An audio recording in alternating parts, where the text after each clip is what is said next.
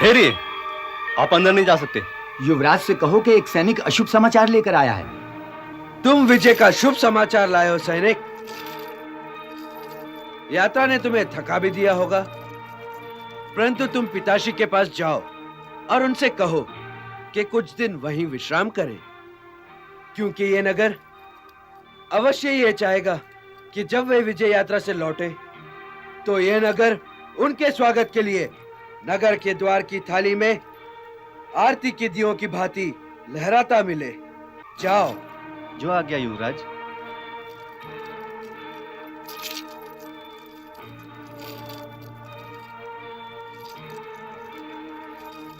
यदि मैं पिताश्री के साथ गया होता तो हमारे इतने सैनिक न मारे गए होते और स्वयं पिताश्री भी घायल न हुए होते।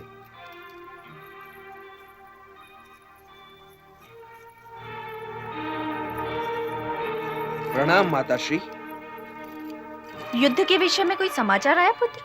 जी माताश्री, पिताश्री घायल तो हो गए, परंतु चिंता की कोई बात नहीं और हमारी विजय तो होनी ही थी। मैं अभी इन दासियों से यही कह रहा था कि यदि पिताश्री मुझे अपने संग ले गए होते तो कदाचित उनके घायल हुए बिना ही विजयश्री हमें प्रणाम कर लेती, परंतु वो तो अश्वपालों, चरवाहों और रसोइयों को अपने संग ले गए थे, इसलिए घायल तो उन्हें होना ही था।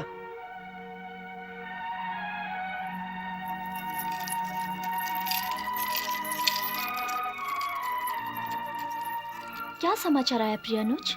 विजय के अतिरिक्त और क्या समाचार हो सकता है दीदी? पिताश्री के स्वागत की तैयारियां करो। बृहन्नला तो कह ही रही थी कि जिस सेना के साथ बल्लभ जाएगा उसकी कभी पराजय हो ही नहीं सकती। तुम और तुम्हारी बृहन्नला।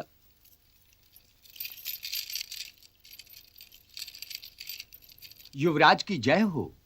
तुम क्या शुभ समाचार लाए हो? मैं अशुभ समाचार लेकर आया हूं युवराज। अशुभ समाचार?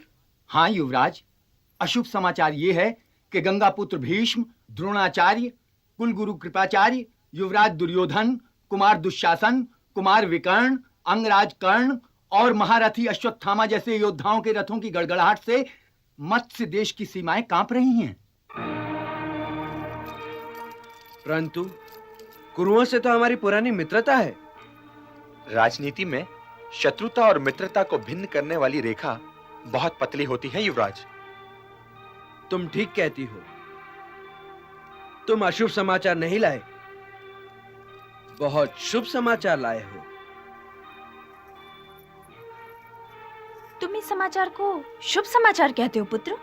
जी माताश्री, नामों से भयभीत हो जाना किसी क्षत्रिय को शोभा नहीं देता।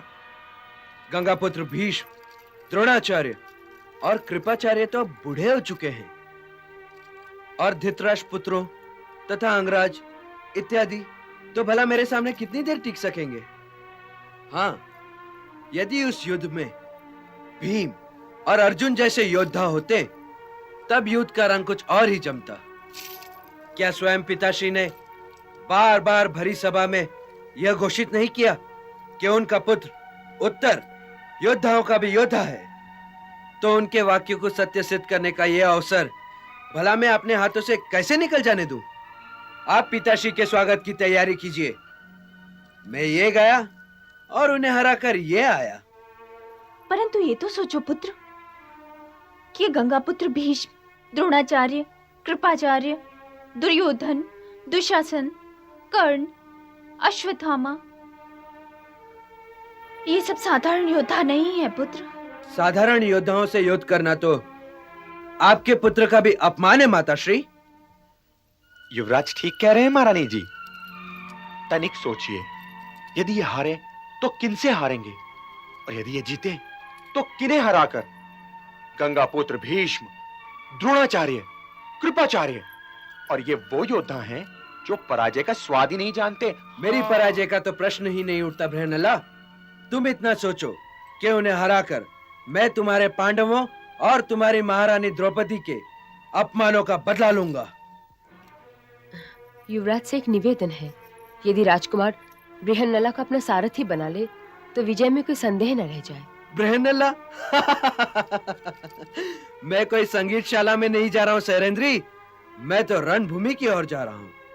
इसीलिए तो मैं निवेदन करती हूँ राजकुमार, स्वयं महारथी अर्जुन भी कई युद्धों में इन्हें अपना सारथी बना चुके हैं। महारथी अर्जुन इस क्लीव को अपना सारथी बनाते थे? ये सुनकर तो ऐसे लगता है कि तुम महारथी अर्जुन को जानती ही नहीं। क्षमा करना युवराज, मैं जो जानती थी वो मैंने कह दिया। सरंद्री झूठ नहीं कहती पुत्र। कीचक के विषय में इसने जो कहा था वही हुआ। ठीक है बृहन्नला, तुम सारथी बनो। जो आज्ञा युवराज। बृहन्नला, हाँ राजकुमारी। न जाने क्यों मेरा हृदय कहता है अब जीत मेरी भ्राताश्री की होगी।